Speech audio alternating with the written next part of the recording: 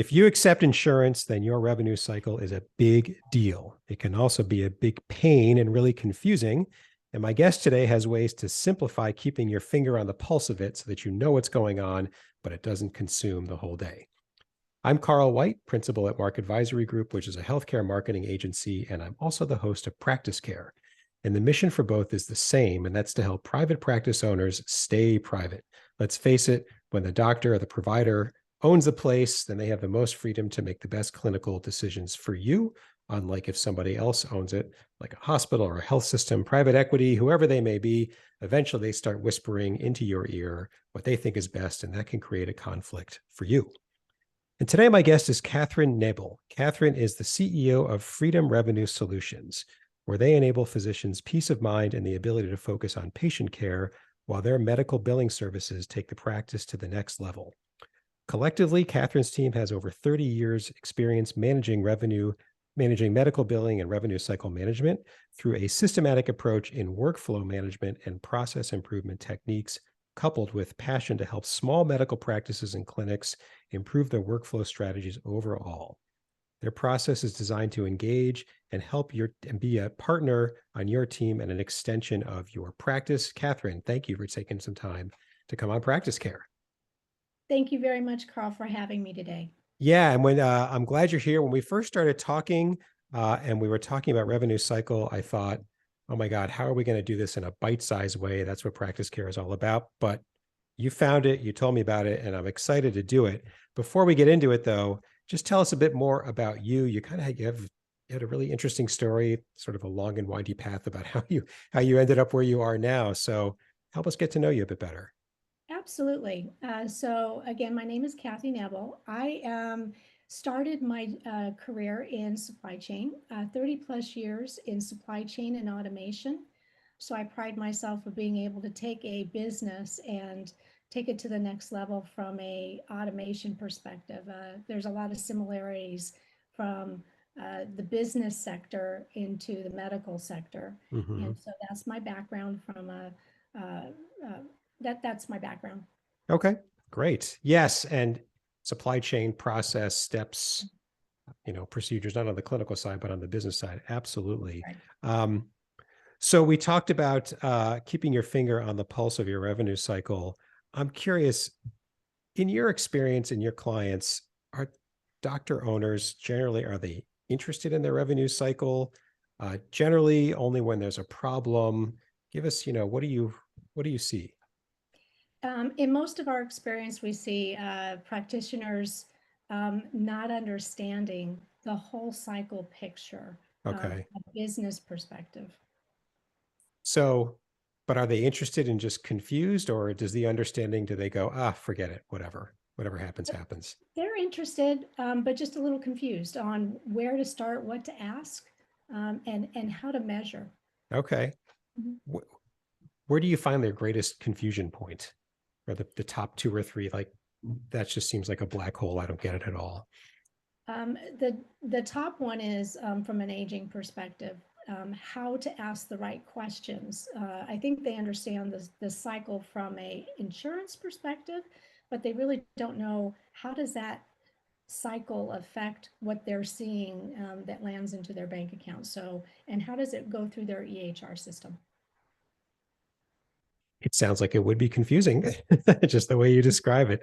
So let's get into it. So if you're going to keep your finger on the pulse of anything at all, let alone in 5 minutes or a short amount of time per day, you're talking about key performance indicators, things to watch, right? So if the indicator is on, then it's green. If it's off, really off, it's red. There's a yellow in between. So what are like the handful of KPIs that you want doctor owners, provider owners to know about so that they can properly keep their finger on the pulse?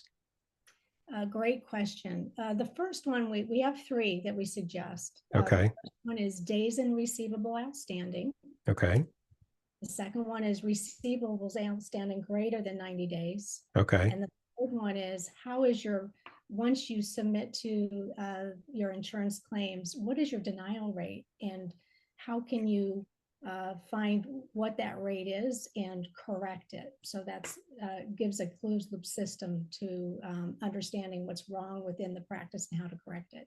Okay. So the first two were about days outstanding. Can you just explain about, sort of define what each one is? And Absolutely. So the days out DRO, which is days receivables outstanding, is total receivable plus your credit balances divided by an average daily balance.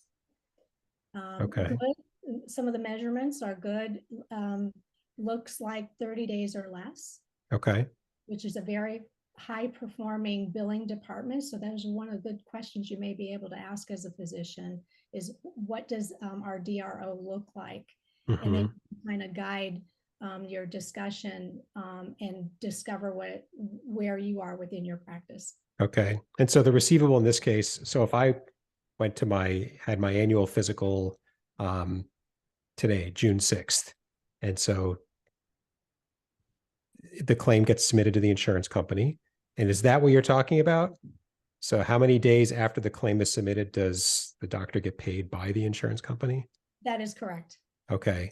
Does it include any copay I might have, or is it just the insurance portion? It includes the whole, all the elements. Everything. But it includes everything. Okay. All right. And so if you get paid within 30 days, you are a high performing. Okay. Yes, so that's receivables outstanding. The second one was also outstanding. What tell us the name of that one again?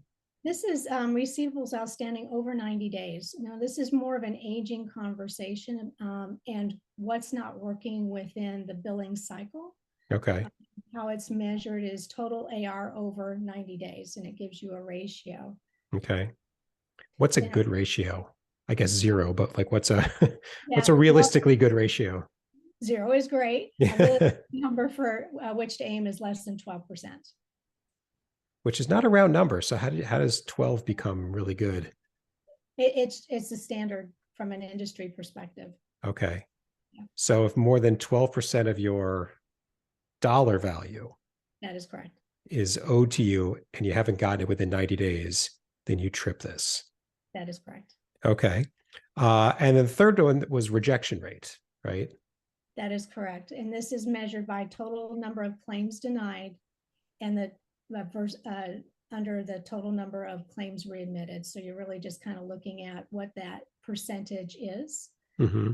The industry average is 5 to 10, although under 5 is ideal. Percent? That is correct, 5 to 10%. Okay. And just the denominator was so it's what was the total number of claims denied. So say over the total number of claims. Total number of claims. Yeah. Okay. That's okay. And I imagine that if something's outstanding 90 days, well, so is there a pretty high likelihood that it was first denied and you had to resubmit it? That is correct. So they're kind of related. Yes. Okay. And then if it's aging, how often is it just like aging generally without having been denied? And that's the reason for the 2 different measurements. So the aging means that this claim may not have been submitted. And the denied is you've gotten feedback from either the clearinghouse or the payer, but you haven't actually worked it. So it's usually the last thing, unless you have resources that are dedicated to this, it's usually the last thing somebody works on. And so you're leaving money on the table in regards to working those denied claims. So you want to make sure you have a crisp and process and resources dedicated to do so. Why is that one usually the last one attacked? Interesting enough, it's usually because in many cases, the office or practice manager has multiple functions within the practice. And so, and the first and foremost is taking care of patients. The last activities that usually happen are administrative activities, and this takes time on the phone, and it takes time to make sure that you're closing them out properly. It's funny you say that. So one of my clients, I was talking to the practice manager last week, and what was her day? Her day was, let's see, she was a plumber. She was an IT person. She was, I can't remember the other things, but none of it was what we're talking about here. I never really thought about it before, to be honest. Um, yeah, who knows how many, hopefully not. Hopefully they're high performing in the context of the conversation we're talking about, but there it is.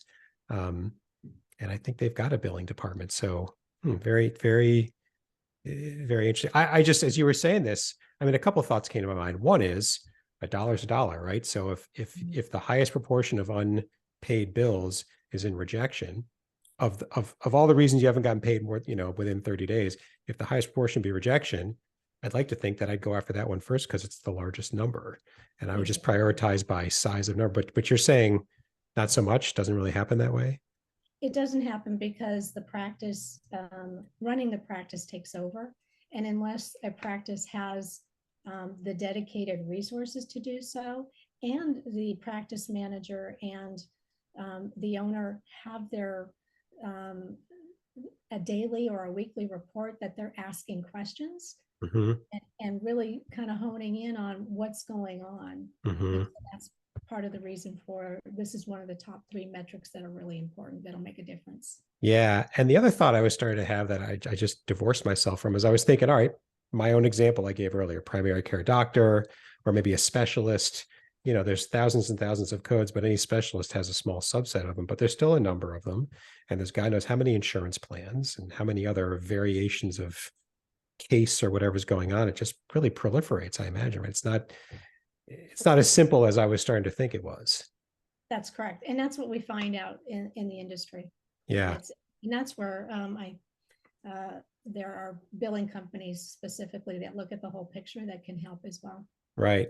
Right. Do you find any particular specialties or subspecialties or any particular branches within the world of patient care practices are better than others at this, or does it not? It's more about the people that you have.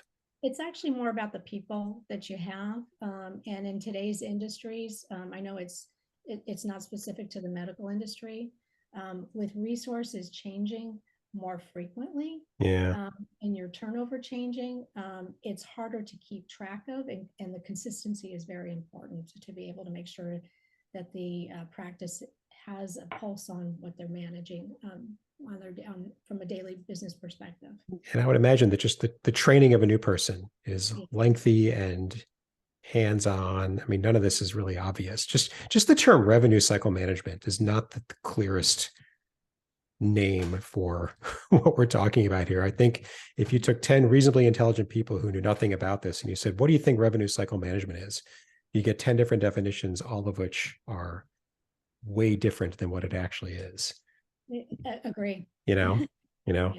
So I'd like you to pick one or two of the KPIs that we talked about. And let's say that there's, a problem. Maybe we said, 90 days for rejection rate after 90 days. Let's say it's 60 days, so it's becoming a problem. It's not really getting resolved. What do you recommend people do? Great question. I'll go ahead and pick the aging. This is a great indicator of whether your patients and insurers are paying you in a timely manner.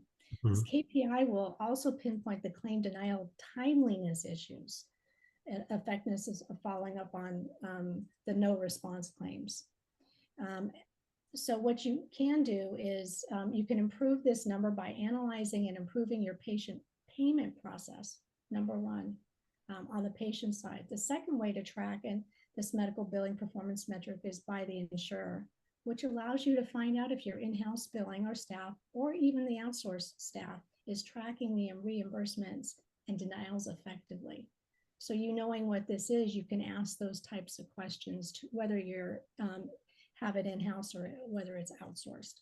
So really then, right, so you've got two questions you got to ask. One is, are we submitting these claims timely and accurately? Mm-hmm. And what is timely typically? What is a timely submission? Accuracy is self-evident, but within the day, within 2 days. So if I came in today for my annual checkup, and today is a Tuesday, by today it should be submitted to my insurance tomorrow. Like, what's a good speed? A good speed is anywhere from 24 to 48 hours. Okay. Yes. Okay. And that can be tracked also, I guess, right? Is what you're saying?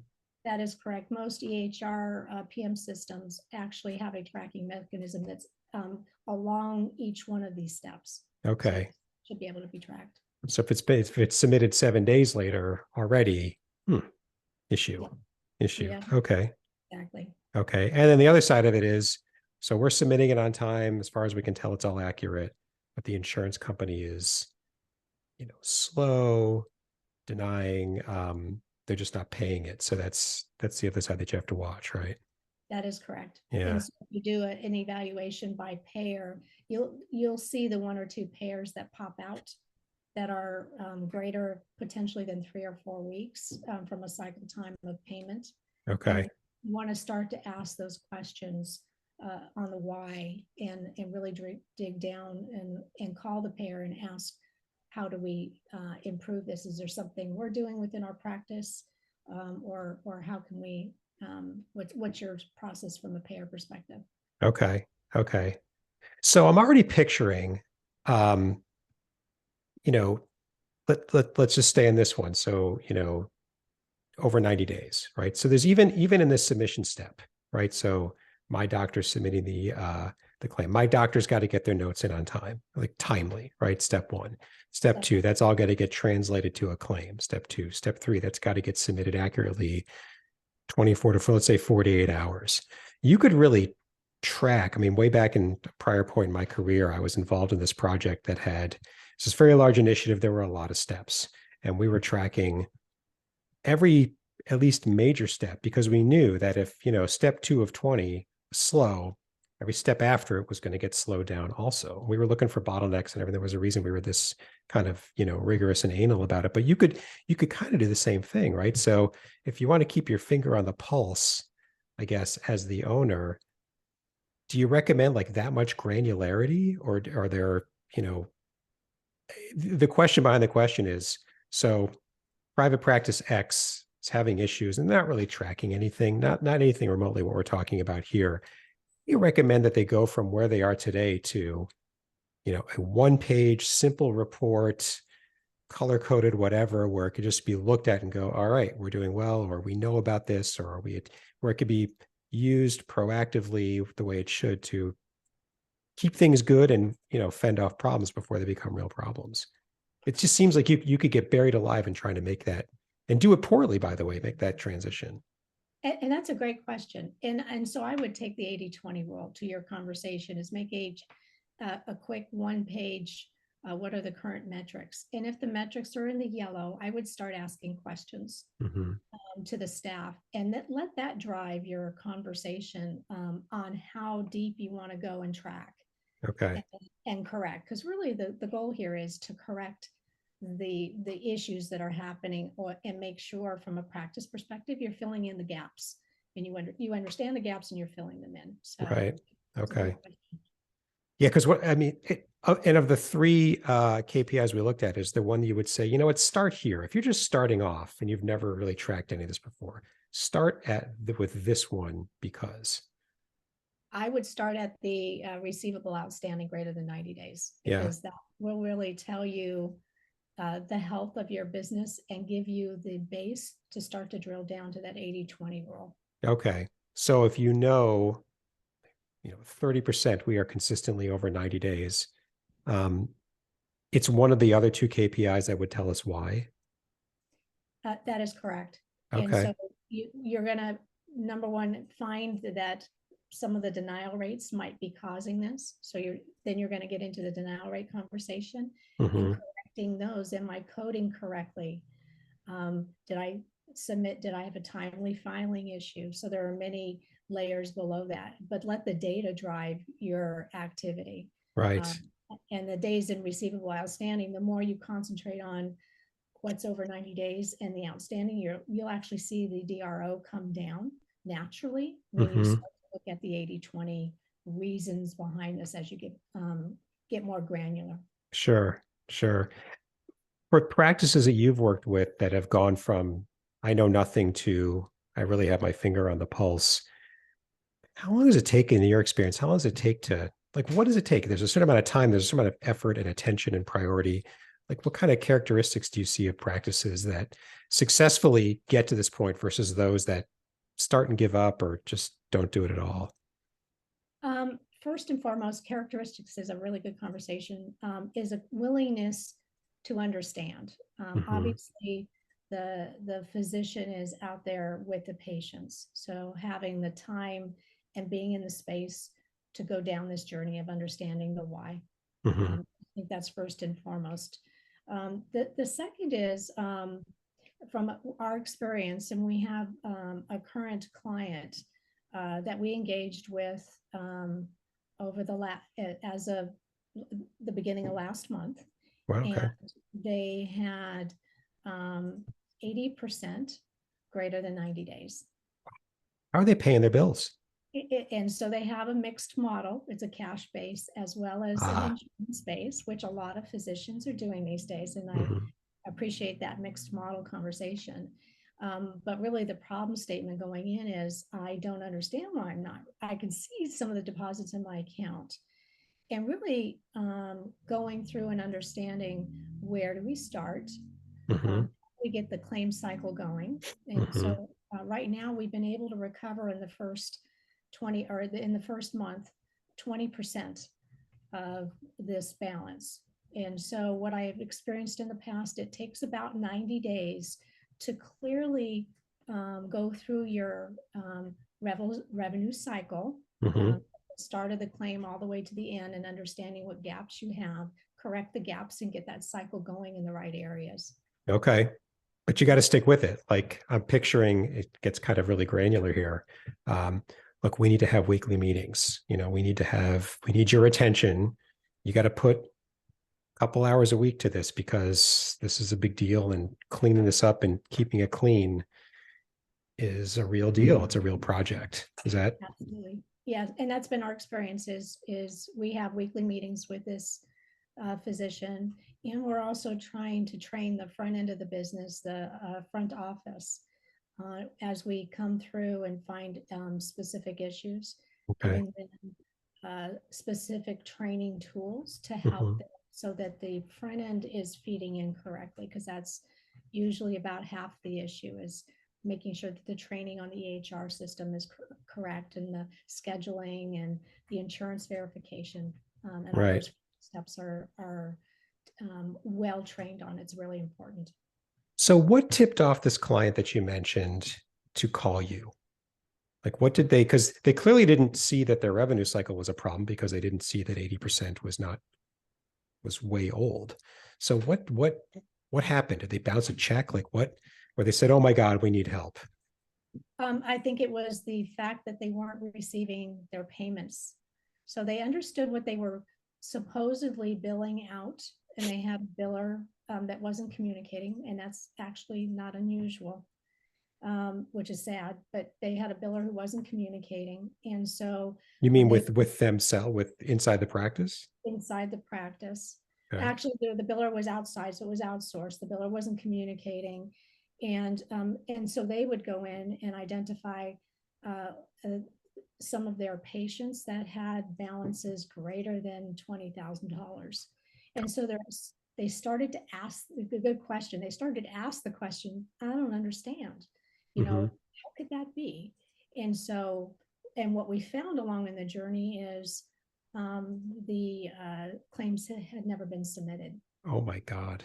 And so they see what they, and that's the claim, that's the claim, um, the first claim balance that goes out is that goes to insurance, and you usually get paid 40 or 50 to 60% of that. Okay. So, so now we're going through the steps to get the cycle up, propped up again and running, and then they'll be able to actually see what their true patient balances are from there. Okay. So that kind of, it sort of begs another question, which is we're talking to people out, to listeners who desire to get it maybe, now hopefully they're realizing, I need to have my finger on the pulse of this. And there's, if I believe, Kathy and Carl, there's a way to do it without crushing my day and my week. But here I stand today. How do is there anything I could look at that is a problem? So should I, go to my front desk? Who are the patients who have the biggest outstanding balances? Just That that, is have we gotten what's the date of it and did we get paid? Is it as simple as, and if you see big enough balances to your own liking that haven't been paid in, I don't know, 45, 50 days, do you go, bet there's more, bet we have a problem? Absolutely. And that is how the conversation started. Okay. Mhm. Is that a common one for you? You're called Um, in when you're like, I got 150 in unpaid bills here, and I don't know why. it is. And I think a lot of some of that root cause is because of the turnover in the from a from a resource perspective. I think Right. things don't translate well when you have a ratio of turnover, especially in this industry. Yeah. Yeah. Very interesting. Well, hopefully we've caught somebody's attention here to get started down this path. And we could talk about this for a long time. We've barely, I'm sure, scratched the surface on revenue cycle management. But in the interest of more bite-sized advice for our listeners, a couple of wrap-up questions that I ask everybody. The first one is there anything you think I should have asked you but didn't? I think you've done a great job. I appreciate your questions and really focusing in on how we, from a service perspective, can really help the physician's office. Right. So, if in this area, it just would seem to me that you would always want to have, if you're going to go in house, make sure you've got somebody who's really an expert and they know what they're doing. But Yes. if you don't try to, this is not a wing and a prayer. I'll ask my niece or whatever to do it. You need expertise. And now you're right. The labor market being what it is, turnover being higher, you could train somebody up and they can go somewhere else. And now you're back to square one. Maybe you think more about outsourcing it where that doesn't happen as much. It makes a lot of sense. The other question that I ask is, if we take a step back from the detail of what we're talking about, we've caught a listener's attention and they're thinking, I want to get going on this. What are the one or two kind of simple, tangible steps that you'd recommend they take? And maybe as the first one, identify you have a problem, go, ask your billing department or ask whoever handles billing. Show me the 5 biggest unpaid, patient balances we've got. And when did we see the patient for those balances? Is it that simple? It is that simple. I would look at that as one, and then the denials. Your billing department should understand what the top 3 denials are, Okay. and will prompt the discussion from there and the natural discussion of how do we resolve. And so the denial rate, remind me what you said was like a good denial rate. It's anything under the 12% is a good 12%. denial rate. Yeah, actually 5% is really good. Okay. 12% is standard, and anything over the 12% is a red flag. Is a red flag. So if I was the doctor owner and I said, show me the last 3 or 4 denials, what am I looking for to look at them and say there's a problem or versus, all right, there's 5% is awesome. Maybe these are just part of that 5 and not a problem at all. You look at the codes that are of the reason codes, what they call the denial reason codes, Okay. and you ask the biller to say what are the top 5 reason codes, and they should have that information. It's very easy within the systems that are out there today, Okay. and with that, you're able to kind of get a sense of, and are we coding correctly within our clinical side of the business? So are there reason codes that say clerical error, this, you messed this up, versus something more, I don't know, substantive where you say, okay, how do you decipher those reason codes? They're specific enough to where you can identify what your plan of action is. So yes, there are coding. Well, they'll deny it based on the coding that you've done, and Right. it'll actually say that within the reason code. Got it. So, and some of the reason codes is the insurance didn't cover this from a patient, the insurance that the patient has. So you'll be able to get a feel for opportunities to correct within the business, or how you strategize what insurances you want to take as a practice. Got it. And so just so I understand, so if the reason code was, we don't cover this treatment, we don't cover this procedure, that's something that's knowable before you submit, right? Yes. So we should have known that, never submitted in the first place, billed the patient for the full freight. That's what you mean. Exactly. Got it. Okay. Okay, now I understand. Well, thank you. And Kathy, thank you so much once again for coming on Practice Care. Hopefully, we've caught somebody's attention that it is possible to do this. It's certainly necessary to do it. At least I think. What do I know? I'm not a doctor, but I would think you'd want to know if the money is coming in on a regular basis on time and in the amounts that you expect, not just when there's a problem. Once again, Cathryn Nebel is with Freedom Revenue Solutions. We're going to put all the contact information for you that you supplied to me in the show notes so that anybody who wants to get a hold of you can do so. And a couple of other points before we wrap up. First, if you're someone like Kathy or me who serves private practice owners, or if you are a private practice owner yourself and you've got some experience on the business side of your practice, either way, we would like you to come on Practice Care and share your knowledge so that others, your peers, can benefit from what you've learned and what you've experienced. In the show notes for Kathy's episode and every episode, there's a link, a couple of questions. Tell us what's on your mind so we can get you scheduled as soon as possible. And finally, if you haven't done so already, please subscribe to Practice Care. We're on all the major platforms, Apple, Spotify, Google, Stitcher, Amazon, you name it, we're there so that you can keep up with new episodes. We release one every week. Thanks very much. And until next time.